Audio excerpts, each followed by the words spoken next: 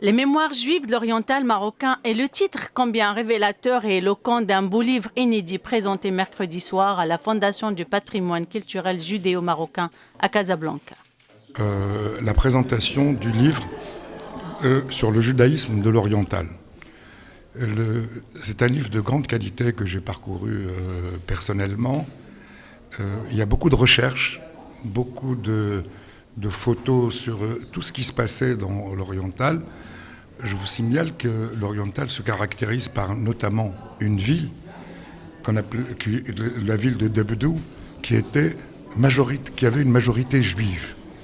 Ce qui est assez extraordinaire, c'est une des villes, presque la seule ville du Maroc, ou plus ou moins, qui avait une majorité juive, qui avait une grande fraternisation avec les musulmans. Et pour vous, si vous voulez, les histoires que nos ancêtres nous racontent, que les musulmans allaient voir les saints juifs accompagnant leurs amis juifs, et les amis juifs accompagnaient les musulmans dans les mausolées musulmans. Cet ouvrage collectif de 213 pages paru aux éditions La Croisée des Chemins s'intéresse sur la base de photos, de témoignages et de données historiques au patrimoine hébraïque dans la région de l'Oriental, et il met aussi en avant les moments de cohésion sociale, de cohabitation et de tolérance religieuse qui ont régné des siècles durant dans le royaume, notamment dans la région de l'Oriental. Ce livre est un livre qui est fait pour expliquer un petit peu dans cette région qui est la région de l'Oriental, qui a une superficie de 82 000 km, soit l'équivalent d'un pays comme la Belgique ou l'Autriche, et où il y avait une forte communauté marocaine qui vivait paisiblement dans cette région.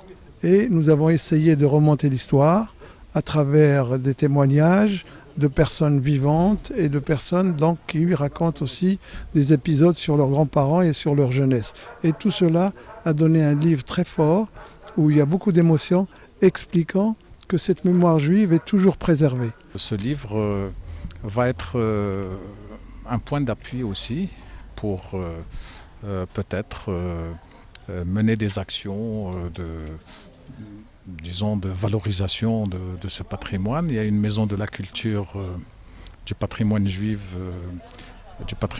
qui a été décidé d'être créée à Debdou, et pour aussi être une attraction culturelle, touristique de ce petit village qui est méconnu à l'intérieur du pays, mais aussi au niveau international, mais qui a une histoire particulière justement de cette symbiose assez exemplaire. Ce travail qui a nécessité 2 années de recherche, de voyage et de collaboration à l'échelle aussi bien nationale qu'internationale sera traduit en langue anglaise et arabe ainsi qu'en amazigh.